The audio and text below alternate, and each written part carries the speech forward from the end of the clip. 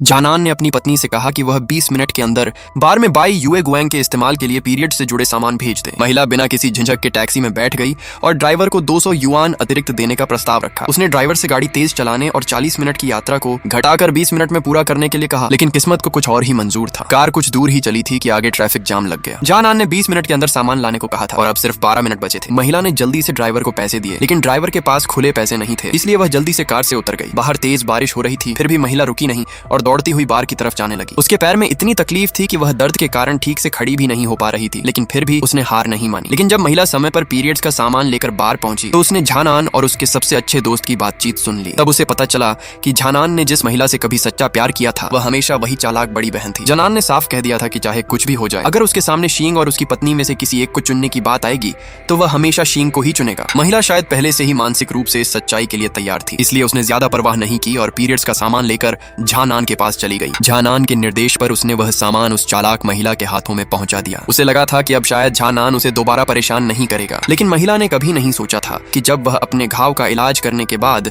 सोने की तैयारी कर रही होगी तभी झानान एक टब में पैर धोने का पानी लेकर आएगा और वह पानी उसके चेहरे पर फेंक देगा। इसके तुरंत बाद झानान ने महिला को खींच कर उठाया और जोर से जमीन पर धक्का दे दिया। महिला ने हैरानी से पूछा कि वह आखिर क्या कर रहा है। झानान ने बहाना बनाया कि वह ठंडे पानी में भीगने का आदी नहीं है और वह अभी किशोरावस्था में है। हुआ यिंग ने इसी मौके का फायदा उठाकर महिला की गर्दन पर वार कर दिया और फिर जानान के सामने ऐसा दिखाया जैसे वह महिला की वजह से घायल हुई हो। जानान ने दावा किया कि वह केवल शींग से प्यार करता है। इसके बाद उसने महिला को पकड़कर कार में बैठाया और तुरंत उसे अस्पताल ले गया। वहां पहुंचकर उसने महिला से शींग से माफी मांगने के लिए कहा। महिला ने बार बार कहा कि वह शींग को नहीं देखना चाहती, लेकिन अगले ही पल झानान ने उस चालाक